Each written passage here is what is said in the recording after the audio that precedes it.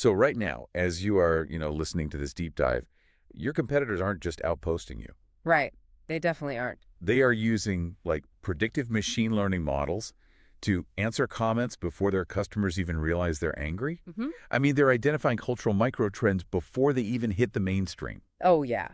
Way before. And they are doing all of this while spending a fraction of the time you're currently spending just trying to figure out what to post on LinkedIn.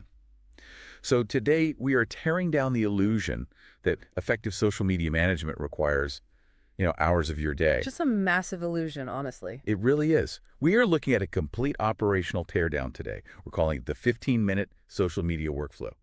And look, I know what that sounds like. Yeah, it sounds like a gimmick. Exactly. Yeah. I used to be entirely convinced that any system promising a 15-minute workflow was essentially just selling a shortcut to robotic, low-quality spam. Right. Just blasting the internet with garbage. Exactly.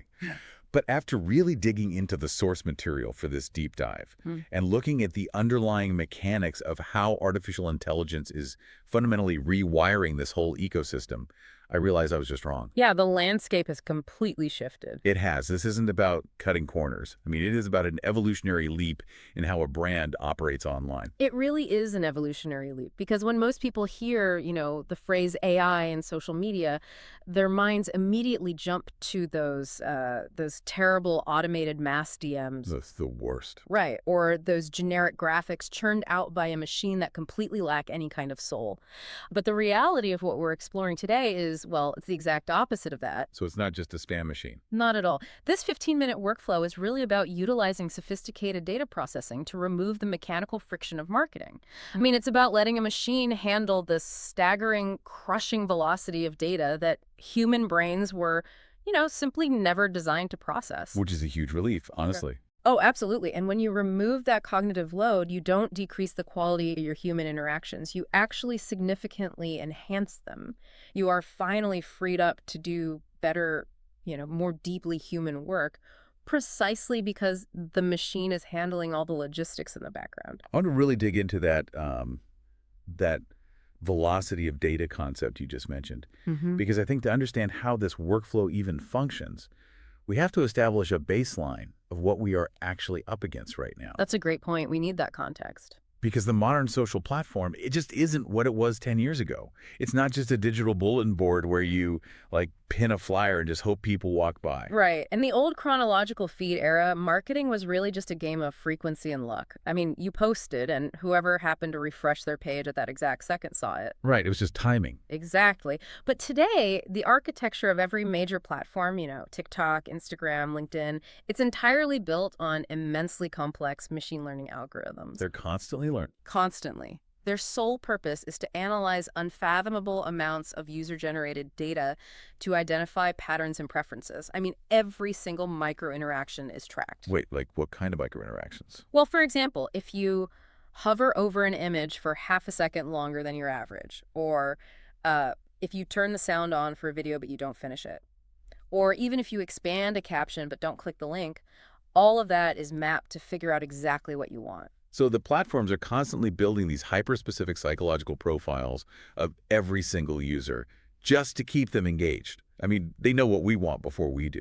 They absolutely do. It's tailored feeds to increase user engagement and satisfaction. But from a creator or a marketer's perspective, that environment is terrifying. You aren't just competing with other businesses anymore. You are competing against an omniscient algorithm that guards your audience's attention. It is a totally uneven playing field. Right. So how do we even begin to navigate that without spending, 10 hours a day analyzing spreadsheets and metrics? Well, you navigate it by bringing your own AI to the table. Okay, fighting fire with fire. Exactly. And this is where the foundational step of this 15-minute workflow really begins. It's about utilizing AI-driven tools for advanced analytics and, more specifically, sentiment analysis. It's really the only way to level the playing field. Okay, sentiment analysis. I hear this term thrown around constantly in tech circles. But let's break down how it actually works under the hood. Sure, let's get into it. Because my understanding based on the sources is that it goes way beyond just, looking at a dashboard that says you got 500 likes and 20 angry face emojis. Yeah. It is actually analyzing the context of human language, right? Yes, and the mechanics of how it does this are just fascinating. It relies on something called natural language processing, or NLP. Right, NLP. Think of it this way. To a regular computer, a word is just a string of characters. It has no meaning. But NLP allows the AI to translate words into mathematical coordinates based on their context. Oh, wow. Okay. Yeah, it plots these words on this massive multidimensional graph. So it knows that the word sick used next to the word flu means something negative. But if it's next to something else, it changes. Exactly. If the word sick is used next to skateboard trick, the AI knows that means something highly positive. By processing millions of comments, reviews, and conversations in real time, the AI gauges the actual perception and the mood of the public. I'm trying to visualize the practical application of this. Yeah. I mean, it feels like having the ultimate party host. Party host? How so? Well, imagine you walk into a massive, noisy networking event. This host has been buzzing around the room all night listening to every single conversation. Oh, yeah, they know everyone. Exactly. They know the exact vibe. They notice who is laughing, who is annoyed, what topics are just killing the mood. Then they walk up to you at the door and say, hey, based on the vibe by the bar, you need to go talk to those 3 people right now and do not bring up politics. That's close. But I'd actually tweak that analogy slightly to be more accurate to the AI. Okay, twink away. A party host just wants everyone to get along and have a good time, right? The AI is more like a forensic psychologist operating at that party. Oh, wow. A forensic psychologist. Yeah, because it isn't just passively observing the vibe, it is actively analyzing microexpressions, shifts in tone, and the frequency of certain words to predict who is going to start a fight in 10 minutes or who is about to make $1 million deal. So it's way more analytical. Much more. It is looking for the underlying data patterns that human intuition usually misses. Okay, a forensic psychologist. That's a much sharper image. And connecting this to a very real pain point for anyone running a business, I mean, imagine the money and time saved by knowing the room before you actually speak. It's invaluable. We've all seen brands spend tens of thousands of dollars launching a completely tone-deaf campaign because they just misunderstood the public mood. Oh, it happens all the time. But if you run your concept through a sentiment analysis model first, you are instantly making a data-informed decision. You aren't guessing anymore. You are surgically inserting your brand into the conversation. Precisely. You are mitigating your risk while maximizing your impact. And that situational awareness is exactly what allows you to condense your workflow down to 15 minutes. Because you're not second-guessing. Right. If you know exactly what the audience is feeling and what they want to hear, you don't have to waste hours throwing ideas at the wall to see what sticks. Which naturally brings us to the next massive time sink for any marketer, figuring out what to actually say. Yes, the ideation phase. Because we've read the room, we know the mood, thanks to the AI, but now we have to bring something of actual value to the conversation. And traditionally, the research phase, I mean, the endless scrolling, reading industry blogs, trying to find inspiration, it takes hours. It's a huge drain on resources. But if we are building a true 15-minute workflow, we have to eliminate that manual curation entirely, don't we? We do. The manual curation is often a trap. I mean, marketers think they're being strategic when they do that, but they're really just acting as a slow human search engine. That's a tough pill to swallow, but true. AI completely eradicates this friction through predictive trend monitoring. It handles the aggregation of high-quality articles, videos, and images and emerging themes, so your content strategy is always fed with fresh, relevant raw materials. Now, I have a major bone to pick with the concept of predictive trend monitoring.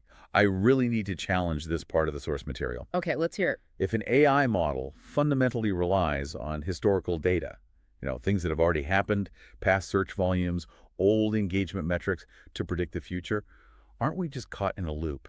I see where you're going with this. Right. Aren't we just mathematically regurgitating the past? How can a machine, which obviously cannot feel or experience human culture, actually anticipate a shift in human preference before it happens mainstream? That is exactly the skepticism you should have. It's a very common question. And if the AI was only looking backward, you'd be 100% right. It would just be a mirror reflecting yesterday's news. Exactly, which isn't helpful. But the breakthrough in these tools is how they synthesize historical baselines with current real-time social signals. Okay, define social signals in this context. Right. What is the AI actually measuring out there? It is measuring velocity and deviation. Let's say you are a brand that sells baking equipment. Okay, baking equipment. The AI is constantly monitoring vast networks, niche subreddits, TikTok comment sections, specialized forums, and it isn't waiting for a hashtag to start trending. That's too late. Right, by then everyone's doing it. Exactly. It is looking for micro shifts. For example, it notices a 4% uptick in the phrase sourdough discard paired with the word brownies over a 48-hour period in a very small, highly concentrated cluster of users. So it's spotting a tiny ripple in a very specific pond. Exactly. And here is where the prediction actually happens. It takes that tiny ripple and compares its velocity against its massive historical database. Oh, I see. It recognizes, hey, the last 10 times a microtrend accelerated at this specific rate within this specific demographic cluster, it jumped to mainstream platforms within 14 days. Wow. Yeah, it spots the mathematical indicators of a cultural wave forming far out in the ocean, long before it becomes a visible wave crashing on the beach. Wow. Okay, so it's not predicting the future through magic. It is recognizing the geometry of a trend before the human eye can even see the shape of it. Precisely. And the value of that for a business is staggering. I can imagine. In the traditional manual model, a trend happens, it peaks, you finally notice it, you scramble to write a post, and by the time you publish, the trend is completely saturated. You just look like you're pandering. Like you're chasing the bandwagon. Right. But with predictive foresight from the AI, you are positioned ahead of the curve. You introduce a topic to your audience right as their appetite for it is naturally peaking. You become the thought leader rather than just the echo. I can literally feel the hours returning to my week just thinking about that. I mean, the AI has read the room. It has identified the exact emerging trend we need to talk about. We have our raw materials. The heavy lifting is done. Right. But knowing the trend and actually creating a piece of content that doesn't sound like it was, spit out by a server rack are two very different things. Very different, yes. How do we take these insights and generate the actual words without losing our brand's unique voice? Because that's the real test. This is where we transition from the ideation phase to the creation engine. And the technology driving this is the combination of natural language processing we discussed earlier, paired with generative algorithms. Okay, the generative part. Yes. These tools can now quickly produce high-quality written content. And we're talking everything from a quick tweet to a dense, informative blog post in seconds. Okay, I have to stop you there. Go ahead. Because high quality is highly subjective. Fair enough. I see AI-generated posts all the time, and I can usually spot them from a mile away. Oh, the bad ones are very obvious. They really are. They're usually stuffed with emojis. They use words like delve or testament way too much, and they just lack any kind of real human warmth. The robotic tone, yes. Exactly. So the idea of emotional resonance coming from a generative algorithm feels like a paradox to me. How does a machine mimic actual emotion? You're bringing up the exact reason why early AI adopters failed spectacularly on social media. I mean, they treated AI like a vending machine. You put a prompt in, you get generic text out. Right. Low effort in, low quality out.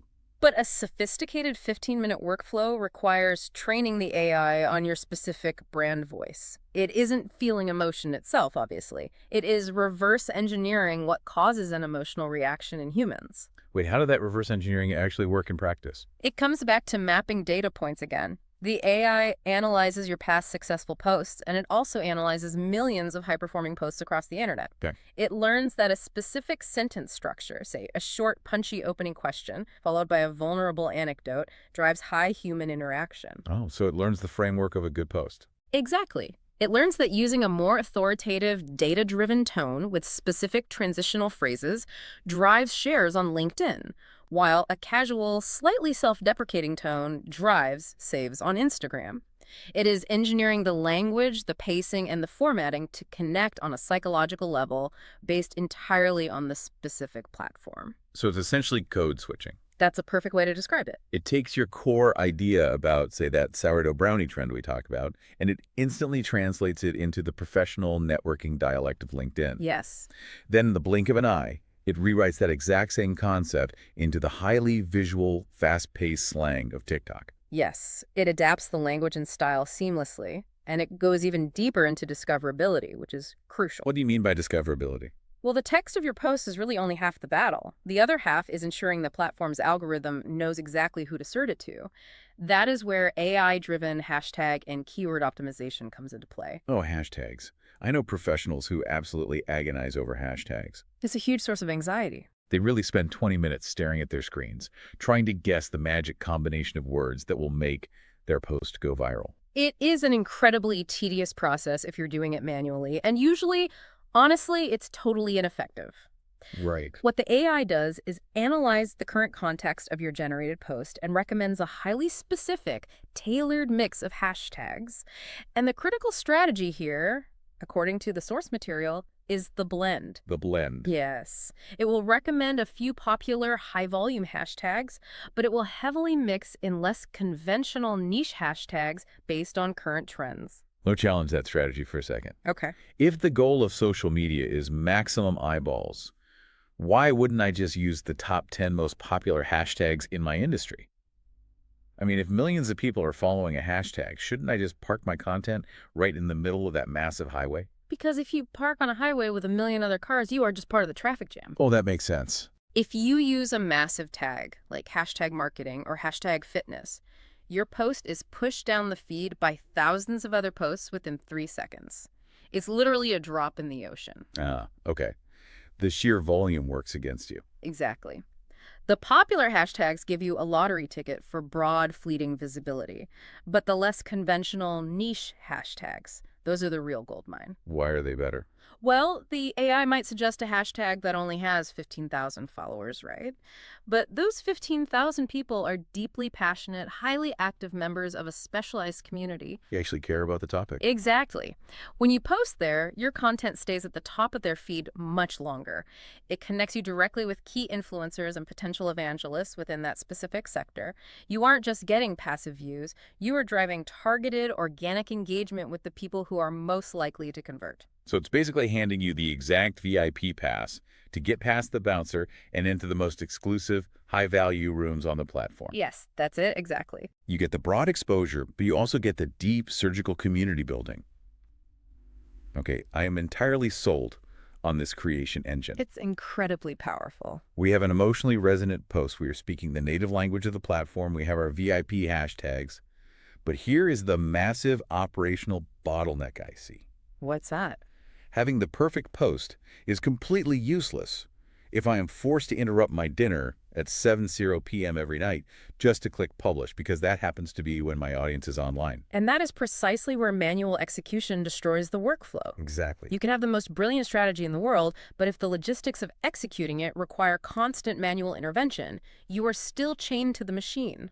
This is where the workflow transitions from creation to the execution and interaction phase. So we are talking about intelligent scheduling, not just saying, hey, I post this on Tuesday, but AI determining the absolute microsecond that this post will have the most impact. Yes. Automated scheduling tools leverage AI to analyze behavioral clustering within your specific audience. It optimizes posting times based on deep audience insights. So it's customized to me. Completely. It maps out exactly when your followers are most active, not based on generic industry averages you Google, but based on your unique engagement patterns. Give me an example of how it looks. Sure. It might realize that your specific LinkedIn audience engages most heavily at 8:14 a.m. on Thursdays, while your Instagram audience spikes at 9:45 p.m. on Sundays. It maps those time zones, clusters the behavioral habits, and seamlessly deploys the content. The relief of just removing that daily chore is huge, because beyond the strategic timing, it just removes human error. Oh, human error is a huge factor. How many times have we scrambled to post something between meetings and we entirely forgot to tag a key partner, or we completely messed up the formatting? Yeah. When you automate the execution, you create a reliable, flawless, cohesive calendar, and you get your time back to actually run your business. Exactly. You elevate your role. You are delegating the mechanical, tactical labor to the machine, which frees your brain up for creative brainstorming and high-level campaign planning. You become the strategist again. Right. But we have to be very clear about something. The execution phase does not end when the post goes live. Oh, right. In fact, in modern social media, the moment you publish is just the starting gun. The real work is in the comments section. Right. And this brings us to what I consider the absolute riskiest, most controversial part of this entire 15-minute framework. Let's talk about it. The idea of using AI for real-time comment management, allowing an algorithm to talk directly to my customers in my brand's voice without me reviewing it first. It represents a profound shift in community management, and it's definitely the area where people are rightfully the most hesitant. I mean, it sounds terrifying. It does. But think about the metric of speed. How quickly it relates to customer loyalty and satisfaction. That's true. People want to be heard immediately. If someone leaves a thoughtful comment on your post and you respond 12 hours later, the moment is completely gone. If they complain and hear nothing for a day, they become actively hostile. Yeah, silence is basically an insult. AI bridges that gap by analyzing sentiment and context in real time and generating thoughtful replies instantly. I am going to push back incredibly hard on this. I expected you would. I have dealt with airline chatbots. I have dealt with automated customer service phone trees. We all have. They're awful. They are infuriating. They lack nuance. They give generic answers. If a customer is genuinely frustrated about a complex issue, an AI offering a chirpy, robotic, "I'm sorry you feel that way," is going to escalate the situation and publicly damage the brand. How can an algorithm possibly handle the nuance of human frustration or a highly specific, idiosyncratic compliment? Your fear is completely justified, but it's based on old technology. You have to separate simple if-then chatbots from modern, context-aware AI. What's the real difference there? A basic chatbot just looks for the keyword broken and spits out the return policy script. A modern NLP model understands sarcasm, it understands nuance, and more importantly, it knows its own limitations. Okay. This is where the concept of the triage nurse becomes vital to this workflow. A triage nurse. Okay, explain how that functions in a comment section. Think about an emergency room. When a comment comes in, the AI instantly evaluates it for urgency, sentiment, and complexity. It prioritizes them. Right, triage. Exactly. It handles the high-volume, low-complexity interactions perfectly. Someone says, "This looks amazing." The AI, trained on your brand voice, replies with a warm, on-brand acknowledgement. Okay, simple enough. Someone asks, "What time does the webinar start?" The AI provides the time. But the second the AI detects high urgency, anger, complex frustration, or even a nuanced business proposition, it stops. It doesn't reply. It does not reply. Instead, it instantly flags and escalates that specific comment directly to you, the human operator. Oh, wow. Okay, so it isn't trying to be the CEO. It is acting as the ultimate executive assistant. Exactly. It clears out the waiting room. If you get 500 comments on a post, 480 of them are probably basic interactions. The AI handles those seamlessly in real time, ensuring the algorithmic engagement gets a boost and the community feels heard. Which pleases the algorithm. Yes, but it isolates the 20 comments that actually require human empathy, negotiation, or damage control and hands them to you. You log in, spend your precious minutes dealing only with the high-impact interactions, and you log out. It protects the brand rather than risking it. That completely reframes my understanding of automation in this context. It's not replacing the human. It's aggressively filtering out the noise so the human can actually be more effective. Exactly. It empowers you. Okay, so the post is out. It was perfectly timed. The comments are triaged. The community is happy. The crisis was averted. We have successfully executed a highly complex marketing operation in literal minutes. Yes, the workflow is running. But we cannot just set this machine in motion and walk away, right? I mean, how do we know if any of this is actually moving the needle for the business? You don't. Not unless you close the loop. And this is the final, and perhaps most critical, phase of the workflow. The reflection phase. The reflection phase. Let's get into it. If you aren't running AI-driven analytics, everything we just discussed is just vanity metrics. You are operating entirely in the dark. Because traditional analytics, staring at a spreadsheet of likes and follower growth at the end of the month, that is essentially an autopsy, right? An autopsy. That's a brutal way to put it, but yes. It tells you what died, but it doesn't give you the granular insights to actually fix it while the patient is still breathing. That's a great analogy. AI analytics process huge complex data sets in real time to assess advanced KPIs, key performance indicators, and it looks far beyond surface level engagement. Let's look at a metric mentioned in the source like share of voice. Right. What does share of voice actually mean when analyzed by an AI versus a human? Well, a human looking at traditional analytics might see that your brand was mentioned 1,000 times this week. You might celebrate that as a massive win because last week you were only mentioned 800 times. All right, the line went up. We're doing great. Exactly. But an AI looks at the entire landscape of your industry. It processes all the conversations happening around your competitors, too. Oh, the broader context. Right. It might reveal that, yes, your mentions went up, but your competitors launched a huge campaign that got 50,000 mentions. Your overall share of voice in the market actually shrank dramatically. Ouch. Yeah. You are losing ground even though your personal dashboard looks green. The AI understands not just how loud you are, but how much of the room is actually listening to you versus everyone else. That is a brutal reality check. Yeah. Key performance indicators, and it looks far beyond surface level engagement. Let's look at a metric mentioned in the source like share of voice. Right. What does share of voice actually mean when analyzed by an AI versus a human? Well, a human looking at traditional analytics might see that your brand was mentioned 1,000 times this week. You might celebrate that as a massive win because last week you were only mentioned 800 times. All right, the line went up. We're doing great. Exactly. But an AI looks at the entire landscape of your industry.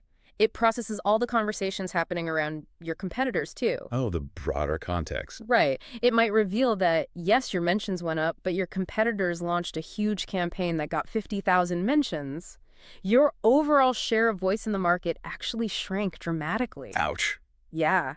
You are losing ground even though your personal dashboard looks green.